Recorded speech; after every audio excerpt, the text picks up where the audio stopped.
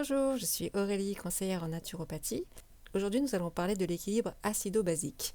Et notamment, nous allons nous poser la question, est-ce que nous sommes en acidose? Alors, tout d'abord, on va parler de l'acidité. Qu'est-ce que c'est l'acidité? Donc, pour répondre à cette question, il faut commencer par parler du pH. Le pH, c'est le potentiel en hydrogène. Donc, c'est une échelle de mesure qui différencie le degré d'acidité et d'alcalinité.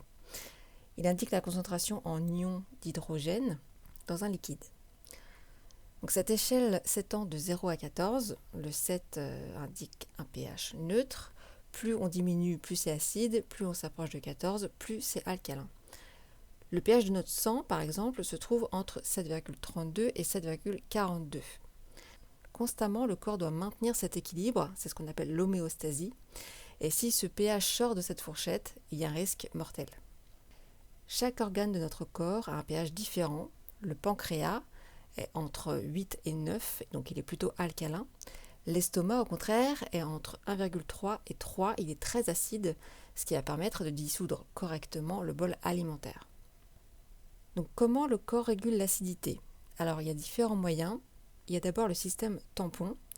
Donc il s'agit des bicarbonates extracellulaires qui vont capturer l'acidité. Puis vient en second les tampons intracellulaires en charge de neutraliser les acides produits dans nos cellules. Si notre organisme n'a pas assez de réserves en bicarbonate, il va se tourner vers les sels de calcium du squelette pour compenser, c'est-à-dire nos os. D'où l'apparition de pathologies telles que l'ostéoporose, l'arthrose, etc.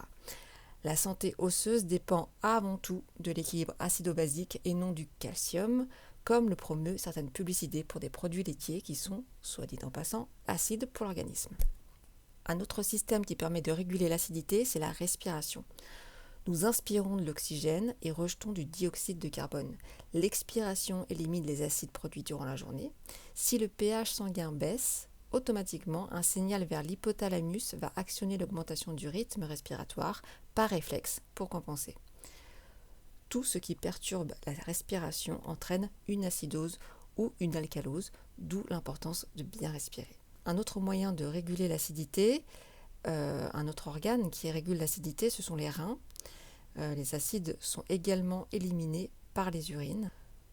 Donc maintenant, nous allons voir quelles sont les causes de l'acidose. Alors, elles sont évidemment multiples. On pourrait citer le sommeil. Avoir un bon sommeil réparateur aidera au nettoyage et à l'élimination des acides. C'est la nuit que le corps travaille et nettoie et qui se détoxifie. L'alimentation est la principale cause de l'acidose, par évidemment la consommation d'aliments acides. Mais avant d'aller plus loin, il faut faire la différence entre aliments acides et aliments acidifiants. En effet, par exemple, le citron a un goût acide, mais il se transforme dans l'estomac sous l'effet de l'acide chlorhydrique en bicarbonate et devient du coup alcalinisant. Un autre exemple, la tomate, qui n'est pas acide en goût, est pourtant acidifiante après transformation dans l'organisme. Donc il faut bien faire la différence entre les aliments acides et les aliments acidifiants. Un exemple de quelques aliments acidifiants, donc il faut consommer avec modération. Donc les protéines animales, donc viande et poisson, les légumineuses, donc les lentilles, les pois chiches, etc. Les produits laitiers, les fromages, lait, beurre, les céréales, l'alcool, etc. La majorité des aliments alcalinisants, eux, sont les légumes et les fruits. On pourrait aussi citer les algues et les graines germées. D'autres causes qui peuvent engendrer une acidose, c'est bien sûr le stress, le surmenage, l'anxiété, qui créent des déchets acides dans l'organisme. La sédentarité aussi ne permet pas une bonne élimination des acides, tout comme des désordres digestifs ou des problèmes de reins. Donc maintenant, voyons les conséquences de l'acidose. Il y a une conséquence sur la santé osseuse, comme nous l'avons vu précédemment. Si le corps n'a plus de réserve en bicarbonate, il va puiser dans les os et créer des pathologies. L'acidose va créer aussi des calculs rénaux. Les calculs rénaux, c'est le résultat de la cristallisation des sels minéraux et acides présents en trop forte quantité dans l'urine. Il peut avoir une résistance à l'insuline. L'acidose va créer un pic de cortisol. Donc le cortisol, c'est l'hormone de stress, qui va entraîner une hyperglycémie chronique, qui sera facteur de risque du développement d'une résistance à l'insuline, à l'origine de surpoids, d'obésité, de diabète ou de maladies cardiovasculaires. Une autre conséquence, c'est la fonte musculaire. L'acidose chronique est responsable de la dégradation musculaire de la glutamine. Et on sait que le muscle est la principale réserve de glutamine. Les symptômes d'une fonte musculaire, c'est des crampes, des douleurs musculaires, des tendinites, etc. Et enfin, une dernière conséquence de l'acidose, c'est une sensibilité aux infections. Vu que l'acidose va modifier la flore intestinale et donc sa perméabilité, comme on sait que 80% de notre système immunitaire se trouve dans nos intestins, nous serons donc du coup plus fragiles aux infections. Alors maintenant, comment savoir si nous sommes en acidose ? Donc voilà une petite liste des troubles qui témoignent d'une acidose. Donc il y a par exemple la fatigue, une fatigue persistante tout au long de la journée, mais surtout le matin.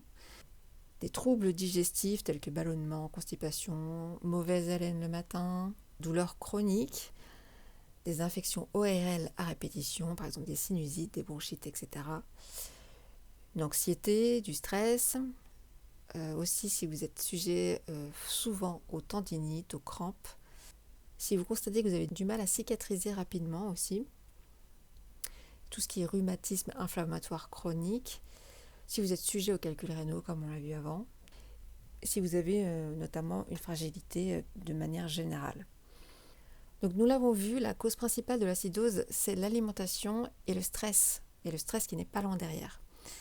Si vous pensez être sujet à une acidose, je me propose de vous faire un bilan naturopathique pour en discuter et mettre en place un rééquilibrage alimentaire si nécessaire et vous proposer des solutions et techniques naturelles pour gérer votre stress et votre anxiété. Donc n'hésitez pas à me contacter. J'espère que ce petit podcast vous aura appris des choses sur l'acidose et j'espère que vous pourrez mettre en place des actions qui permettront de contrer donc cette acidose.